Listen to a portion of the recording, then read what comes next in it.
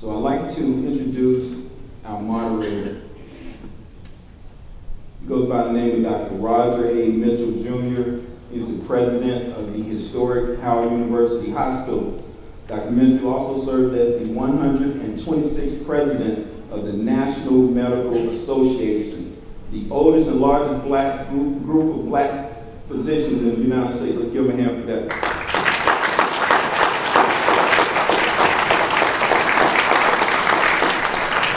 He's a board-certified forensic pathologist, recently served as tenured professor of pathology and chair of the Department of Pathology at Howard University College of Medicine.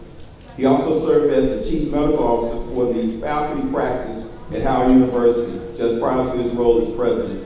Dr. Mitchell's leadership also included service as chief medical examiner for Washington, D.C., as well as interim deputy mayor for public safety and justice. There he developed and supported numerous programs and policies for violence prevention for the District of Columbia.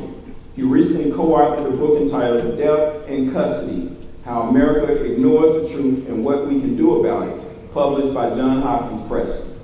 He recently appeared on the PBS Frontline documentary documenting police use of force. He is the co-host of the recent NAACP Image Awards nominated podcast entitled Official Ignorance, the Death in Custody podcast.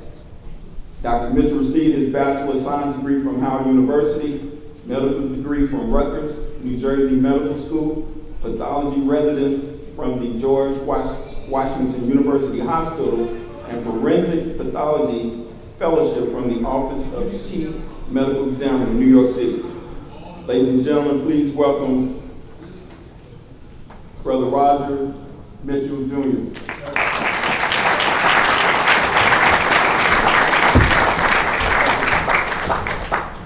Good afternoon.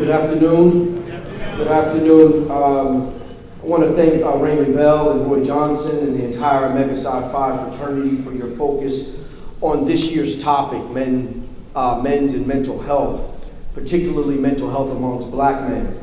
I want to ask our panelists to come on and join me on stage. We don't have much time to really try to get into the depth of this conversation, so I want to get right to it.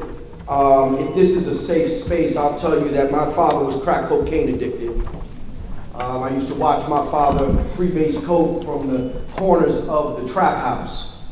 I found my examples of manhood through fathers like my good friend A.J. Calloway's father, who I've known since I was a child. And so the stress and anxiety of my childhood shows itself today. You heard from our congressman that he wakes up every morning and has something that he's suggesting, can I do it today? I'll tell you right now, every day I wake up and say, can I do it today? And the reason why I tell that is to open up our ability to start looking inside ourselves to know that we're only as sick as our secrets. And so understanding that is critically important, particularly for black men, because black men have a lot of secrets. And so we have to be able to unpack those. Our panelists today are a group of experts. First, we have James Harris. He has a BA in psychology. He's earned his MA in clinical mental health counseling at South University. He's a member of your fraternity. He's an adjunct professor at Virginia State and a multi-entrepreneur in Richmond, Virginia. He has a program called Men to Heal, assisting men to focus on their overall wellness. Give Mr. Harris a round of applause. Sitting next to Mr. Harris is Michael Henson. He attended Howard University in 1999. He is a counselor. He is from the District of Columbia. Prior to his retirement, he spent his life 2000 to 2018 as a substance abuse counselor, a senior substance abuse counselor, and an addiction therapist, and loved the work that he's done with his clients. He has lived experience. And when we were preparing, he told me he knows my father. My father ended up getting clean, becoming a substance abuse counselor, and working with men in the VA, and they worked alongside each other. Please give Mr. Henson a round of applause. Last but not least is Mr. Michael Frazier. He is accomplished within the intelligence community, a professional contractor. He's done it all in the Department of Defense, but he's compassionate about being a leader and a philanthropist, and has spent 20 years in the nonprofit space, specifically talking about relationships among young men and working with young men on their issues. So please give Mr. Frazier a round of applause.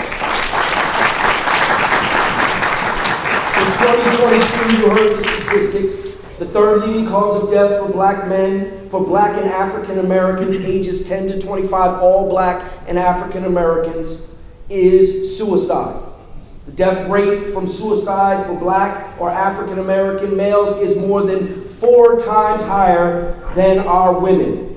The overall suicide rate for black and African Americans was 50% lower than that of non-Hispanic white populations in 2021. So we still have a lower rate. Non-Hispanic black and African American female students ages grades 9 to 12 were nearly 2 times more likely than their non-black counterparts to attempt suicide. And black or African Americans living below poverty level, as compared to those twice the poverty level, are twice as likely to report seriously psychological distress, understanding that poverty has something to do with our mental health capacity. Amen? Amen. All right, so I'm going to jump right into this first question. I'm going to ask each panelist to answer this question, and as I told you before, you have about 2 minutes on this first question. We might get to a second question, but I'm going to get to your Sligo questions because it's important for you to ask your questions online. You have your QR code.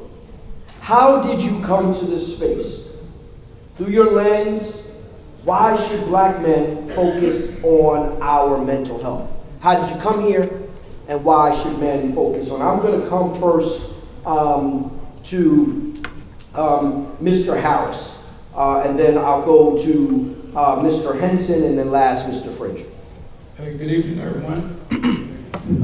So I came to this space primarily because of lived experience as well, not directly to suicide, but growing up in a low-income family. You know, a lot of things weren't discussed or talked about outside of the home, so therapy was an option, but it wasn't a cohesive experience. So that's what led me to become a therapist. Primarily not only for boys and men of color, but pretty much for everybody to have the opportunity to go beyond, so we can break those stigmas that were once attached, that historically happened. Directly as well, for young people as well as the older people, it's a lot of historic, systemic issues that have been challenged and with us as growing up. So something as simple as drapetomania. Does anybody know what that is? Okay, so drapetomania, for those who don't know, is a disease of the mind. This is a pseudoscience acronym or reference that was given in the 1800s to people, specifically those who were enslaved, to not escape. They were saying we were crazy for trying to escape slavery. We weren't escaping slavery because we were being raped or tortured, but because we were crazy. So things like that also pushed away why a lot of people are afraid of going to the doctors and getting help and so many other things. So for me personally, I felt that it was something that I had to do to ensure that I was a representation of more than that 6% of black therapists, as well as just being a positive force within my community. Mr. Henson. Good afternoon, everybody. I'm a third-generation Washingtonian. I became a welfare ghetto kid at the age of 6. I lived uptown, and it was a beautiful, 9 brothers and sisters. We had both. Then all of a sudden, things changed. And when those things changed, our situations and our own life changed. And nobody explained that to me. So I'm here because I've suffered post-traumatic stress disorder when I was in the military.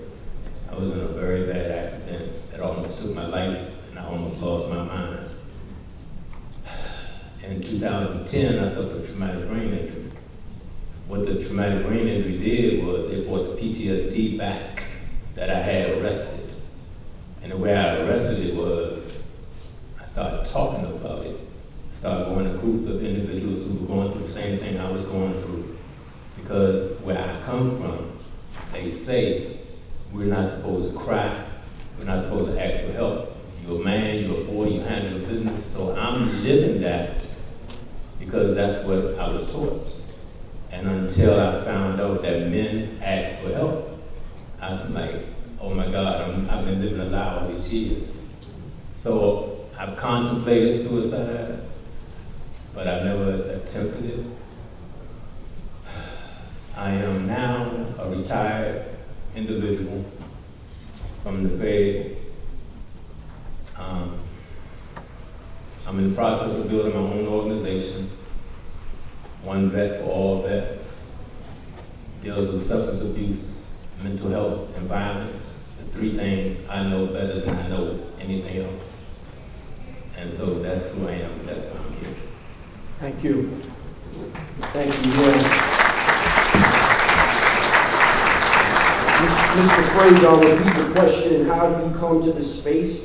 And through your lens, why should black men focus on our mental health? Good afternoon. I came to this space by being a vet when I came out of college, and my mentee suffered from mental health.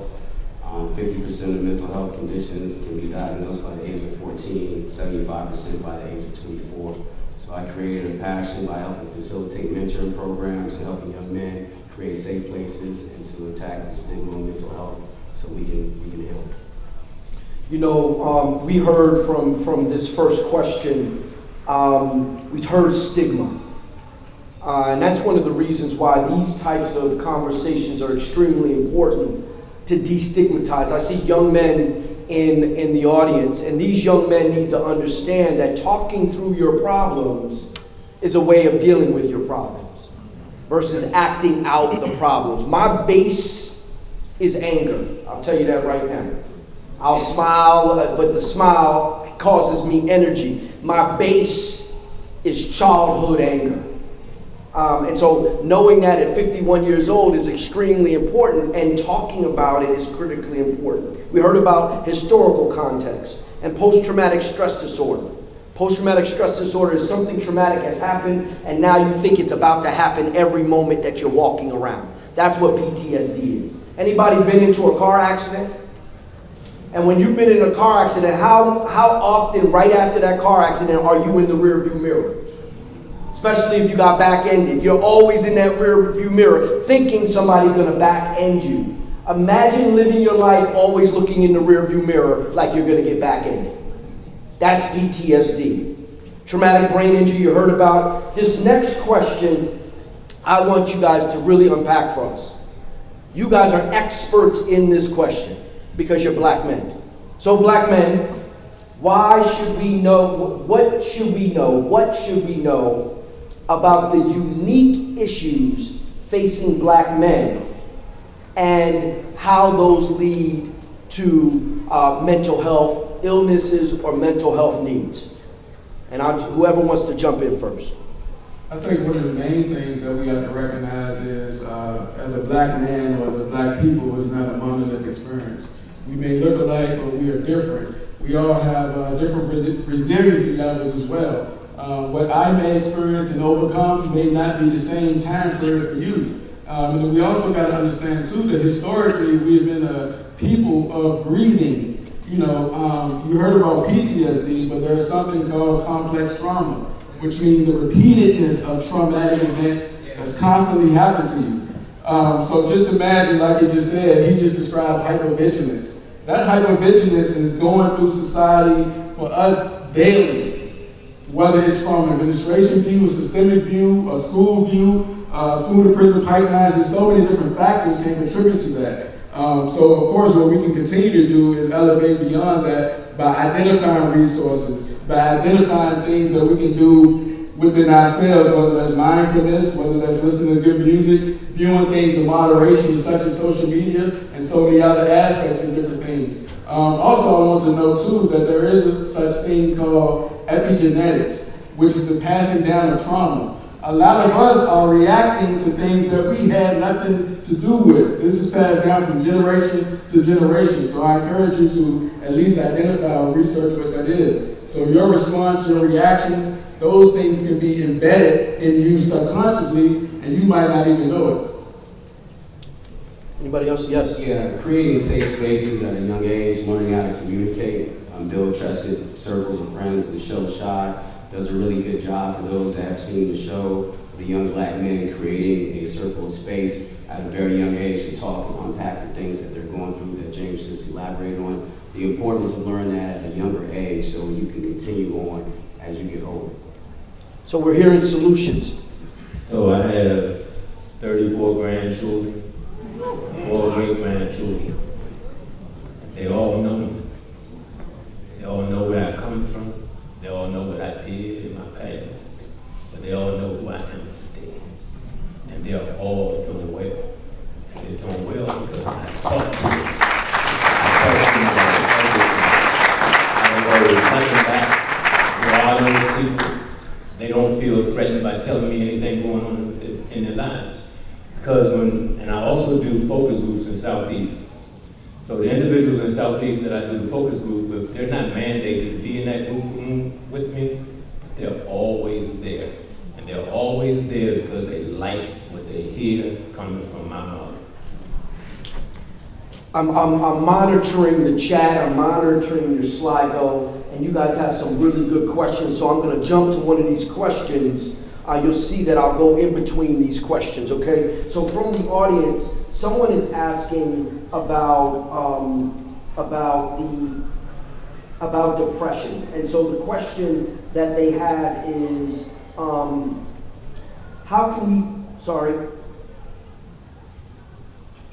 how does depression show up differently in black men? Is there a difference in how depression shows up amongst black men? Let me take this. When I think about how we deal with things, it has a lot to do with us not understanding exactly who we are. Because we don't know who we are, we let other people dictate, regulate, and show us who we are. When you look inside yourself, you will find that there is nothing nobody can tell you about you that you don't know about yourself.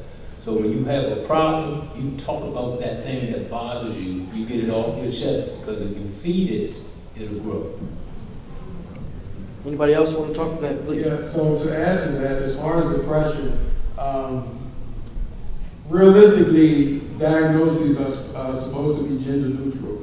The difference in criteria as far as men in depression, what you mentioned earlier, brother, was anger. That shows up more in men with depression than it does in women. Anger is oftentimes a secondary emotion. You know, are you angry because you're really embarrassed? Are you scared? Are you nervous? But primarily, though, the symptomology of depression, whether it's loneliness, isolation, lack of eating, overeating, poor rest schedule, whether you're unable to fall asleep at night or waking up in the middle of the day, and so many other factors, whether it's, well, we got young people here, so I don't want to elaborate on the deeper things, but realistically, those are primarily the symptomology. But the added piece of unaddressed anger in men is the difference for whomever asks that question. So there's another question, and you might hear me paraphrasing because there's a lot of questions here. So I'm going to join questions that kind of help us get to the fruit of the question. Mr. Frazier, you talked a little bit about these safe circles, these spaces, and you said that you're a mentor. There's a question here that talks about how we can create more safe spaces for our black men and boys. Can you elaborate on safe space creation and maybe even give people that are practitioners here and service providers here in the room some ideas on how they can create safe space? Sure. After school programs, churches, communities, in your house, friends of your children, getting young men, young women together, sitting around and creating a shared space of trust so you can have that trusted circle. We can all do it. We do it in the 3rd District for Fatherhood and Mentoring.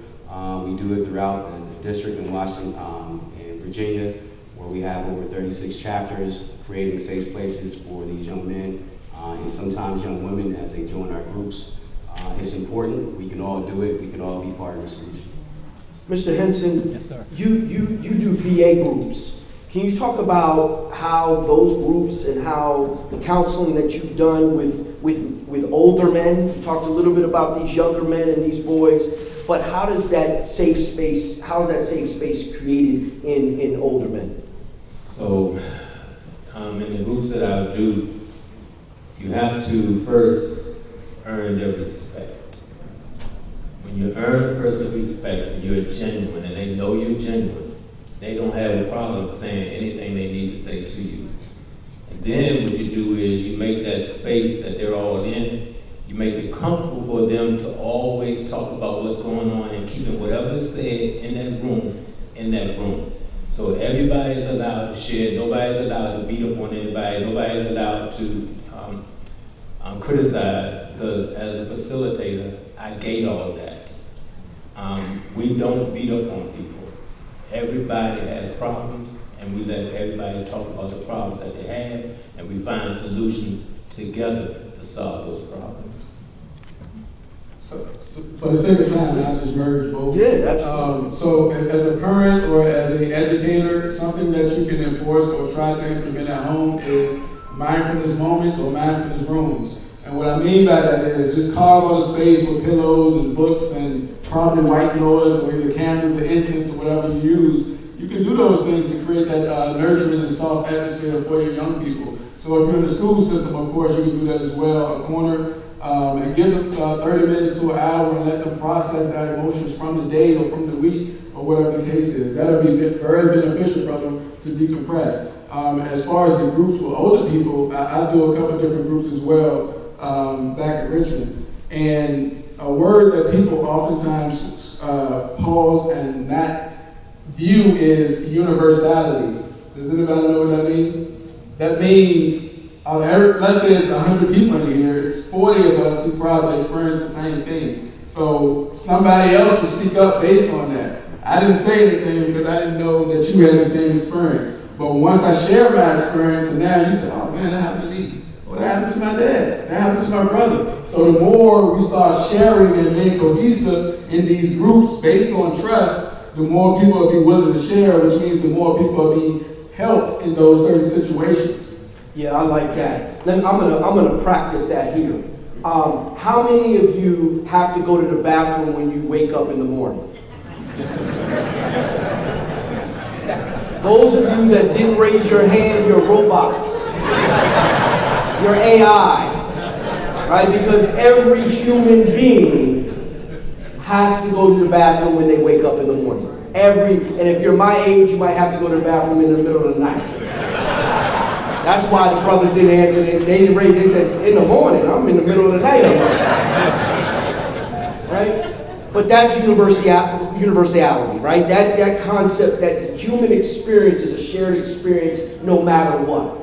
No matter what, there's only a small group of experiences that a human can engage with and how they're going to respond. And those things are listed. It's predictable.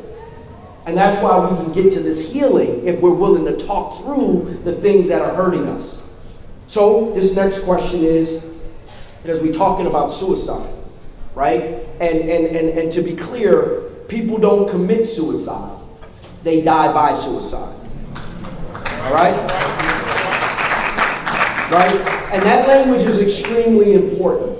I'm getting emotional here, so y'all gotta excuse me already. I'm trying not to. But my brother Damon Robinson, and I call his name, he was an avid golfer. He was a graduate of Hampton University. He was an anesthesiologist. He was a giant of a man. Me and him play golf every season. We're about a year, less than a year since he died by suicide. No one knew. His wife knew. His wife was supporting him. His family was supporting him. But none of his boys knew. So I had to give his eulogy. And his inability, not necessarily willingness, but his inability to talk about how he died or why he wanted to harm himself.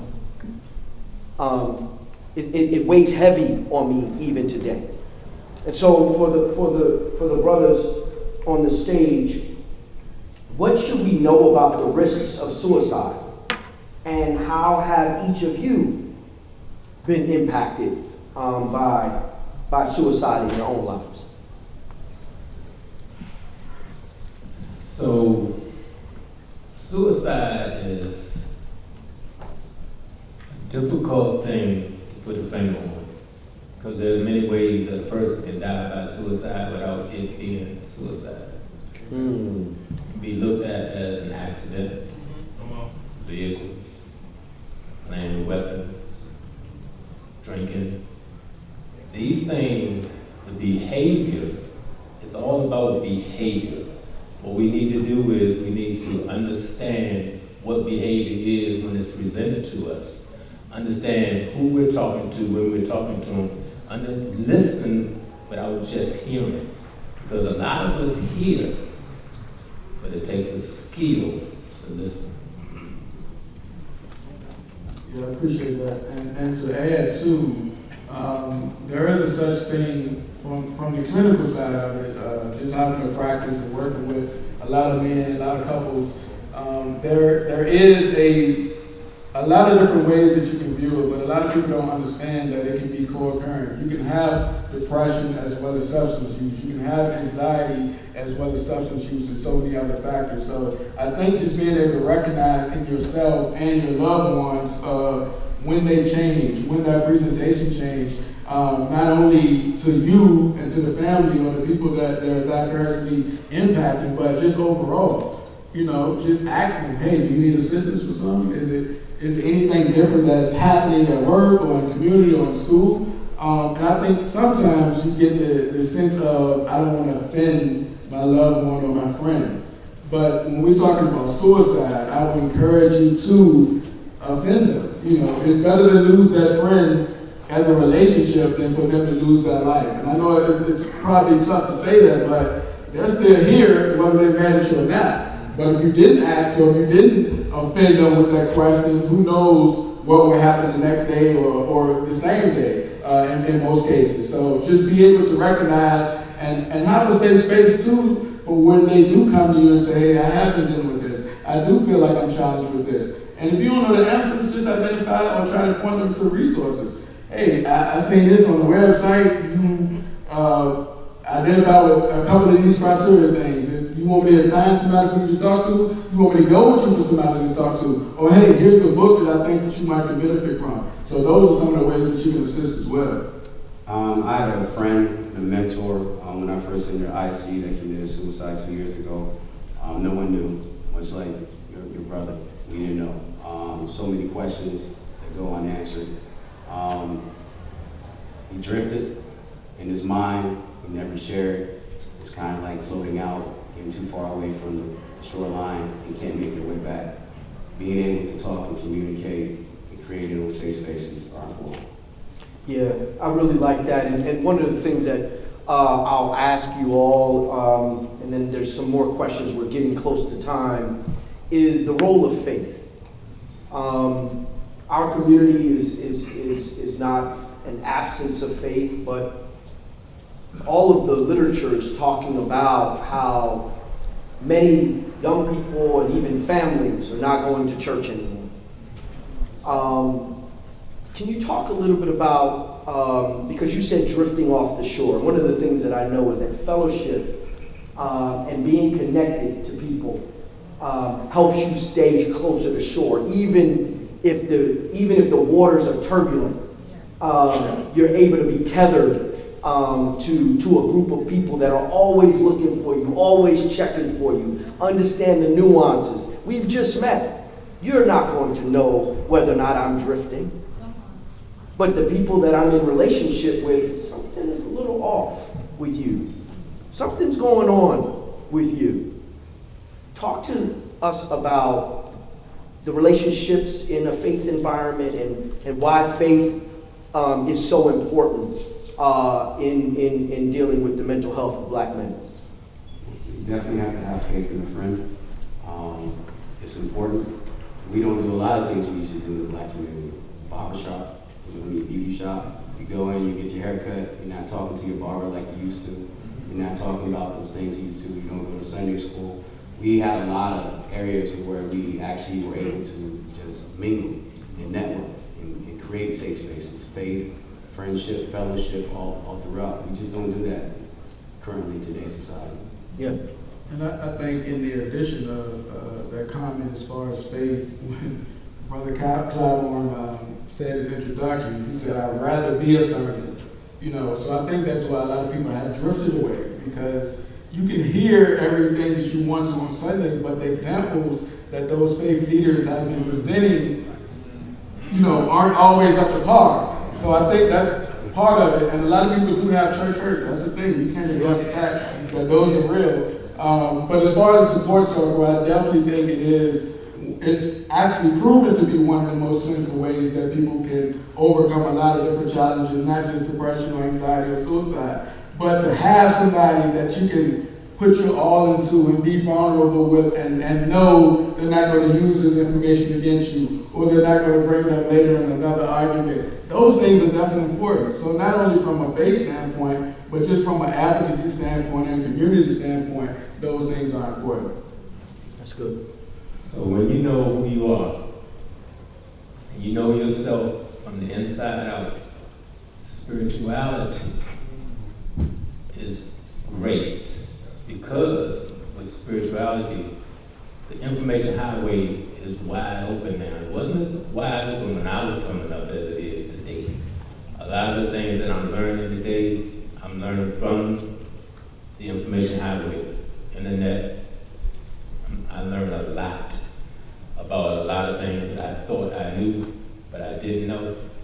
And what I've learned in myself is to be a spiritual person, because I've gone to churches. I went to almost every church in Washington, D.C. at one time in my life. But I was looking for something that I did not hear. So when I became a counselor, when I surrendered my life to my spiritual being, everything changed. It all changed.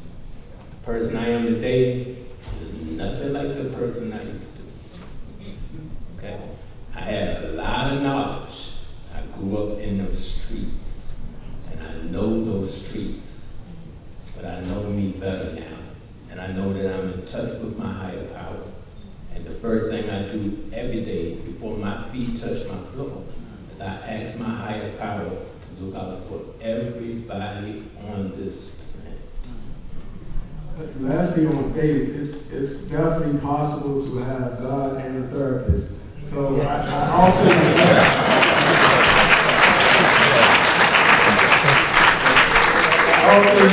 remind those deacons and ministers and so many other people that come, like you wearing the emotions and feelings and all this leadership of everybody else, but you're not taking care of yourself based on the fact of you think your relationship with God would change or be hindered. No, He put me here as well. You know, so let's work on that. Let's overcome those things. And when they do, they realize that they have been depressed, or they have been dealing with trauma and so many other factors that they ignored or suppressed because they thought my relationship with God would change if I looked at other things. So yes, you can have both.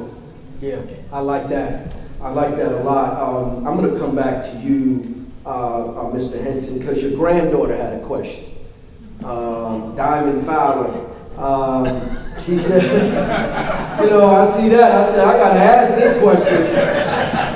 He's like, wait a minute.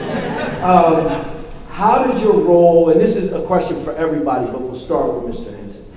How does your role as fathers and grandparents influence the way you experience and address your own mental health challenges?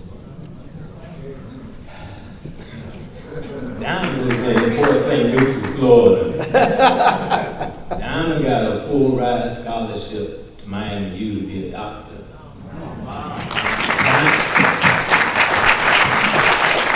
I'm the one, every decision she makes through me. And I am so proud. She did it. I didn't do it.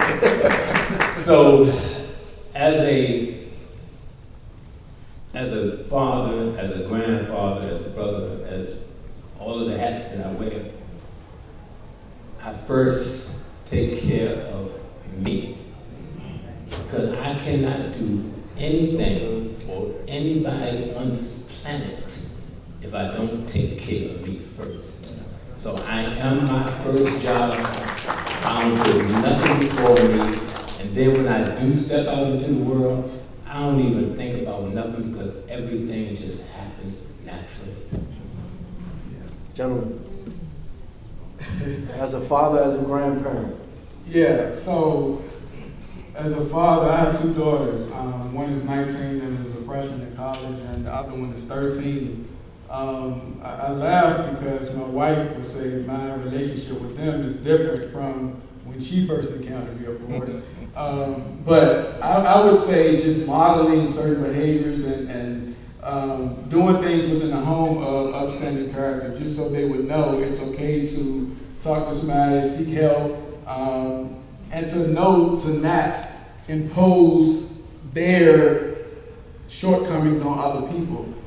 So being an example is definitely one of those things that I feel that I do to allow them to be able to flourish within their small communities, whether it's school and or just relationships in the community. And I also allow them to see me doing acts of service, whether that's stuff with the bras, that stuff with the men or maybe something or just on our own, because we have a nonprofit as well. So all of those things are important because I want them to know what service is, because I would say we have an abundance, and it's people within our society who don't, so they need these examples. So of course, that's primarily a couple different ways in why I do that with my girls. Just being able to have conversations and explain my generation and have that generational gap control in terms of understanding their generation, and then still having the fortunate pleasure of having both of my parents still be alive and them sharing their experiences so we can understand that generational gap. That's how I do it as a father. You know, I'm the father of three. I have a 18-year-old son, a 20-year-old daughter, and a 22-year-old son. And before I was married and had children, I self-medicated much differently than when I had a wife and child. And so that example piece, because if we're honest, we all self-medicate. So your self-medication may be going to the store and buying a whole bunch of clothes you shouldn't buy. You don't have to look at it. Or spending a whole bunch of money that you don't have. Or eating a whole bunch of food you shouldn't be eating. Or the drinking or the drugs or whatever it is, the promiscuity or the pornography. That self-medication is to fill these holes that we're talking about, stress management. The other thing I heard was you can't pour from an empty cup. That's what I heard from Mr. Henson. That you got to make sure that you're constantly filled. And so the question for you all is, who's filling your cup? Where's your source of filling of your cup? Because you're all pouring out. If you're in this room and you're seeking knowledge and you're on this stage, you're always pouring out. But who's pouring into you, or what is pouring into you? So that you're prepared to be able to pour out. This is the last question that I have, because we are at time. I know it went fast. There's several questions, and I apologize. You guys really, really did a great job of populating this slide though. And I've been incorporating your questions throughout. But this last question, we're in a policy forum. You have one of our senior members of Congress here. What are the programs and policy and resources that we need to fully solve this problem? We talked about internally, I'm giving you guys some time to think. We talked about this internally, we talked about racism, We talked about the structures that may need. We talked about the small, safe spaces that we need in order to do it. We talked about black men and our vulnerabilities and how we're uniquely situated and how we show up angry if we're really depressed or have anxiety. But what are the programs and policy and resources that we think we need in our community to solve the problem? I mean, I think answering that would be here all day. But I would say, if it's not a policy that's created, I will recommend the current administration to stop cutting current policies. Right now, they're in the process of revamping or trying to continue to cut Medicaid, which means a lot of lower income people, specifically black males, wouldn't have access to people like myself and other therapists. Not only that, they're trying to cut and reduce the education budgets as well, which means a lot of therapists like myself, the accredited body for when I got licensed is called KCREP. It's a long acronym, but pretty much now with the overturn of DEI, that's no longer in place, which means overall, they're trying to say it's not a need for specifically black male therapists and or LGBTQ therapists, which we know diversity impacts and help those other people to come. Like, just imagine if you only had to see a older white lady or Asian or a other, basically, and or if you were LGBTQ plus, you had to see somebody that was not accepting of your identity. Those things can be hindrances. And not to mention the policy, of course, that they're continuing to cut is pretty much a lot of different things within the lower income areas. So I don't know which ones. I do know, but for the sake of time, it's a lot. But I would encourage them to stop, at least at this base, to continue to decrease. Yeah. Yeah, I would say the after-school programs and inter-school programs where nonprofit organization have an opportunity to come in and help alleviate some of the policy cuts and support your school counselors is important that young black males can see other black males and talk about their problems, because that creates a safe place just off of identity alone. So what I've seen is everything in DC that used to work are the things that are no longer in place. And every time something is shown that it works in our community, somebody snatches it back. And they only snatch it back because we allow them. And I can't blame us, because a lot of times people think we're supposed to know everything, and we really don't. So if I have a parent that has a 10th grade education, I can't expect that person to talk to me like they have a master's degree, because the education that's a 10th grader has is different than the education that a master's degree person has. So what we need to do is we need to start talking to each other about the things that are affecting us as a people. You've heard from Mr. James Harris, Mr. Michael Henson, and Mr. Michael Frazier. Please give them a round of applause.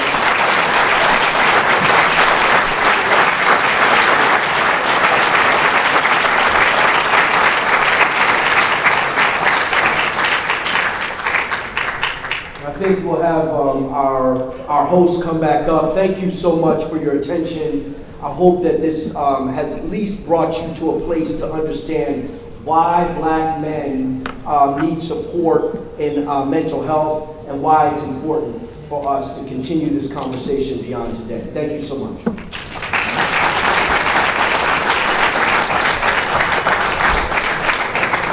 And let's thank our moderator and our panelists one more time, please.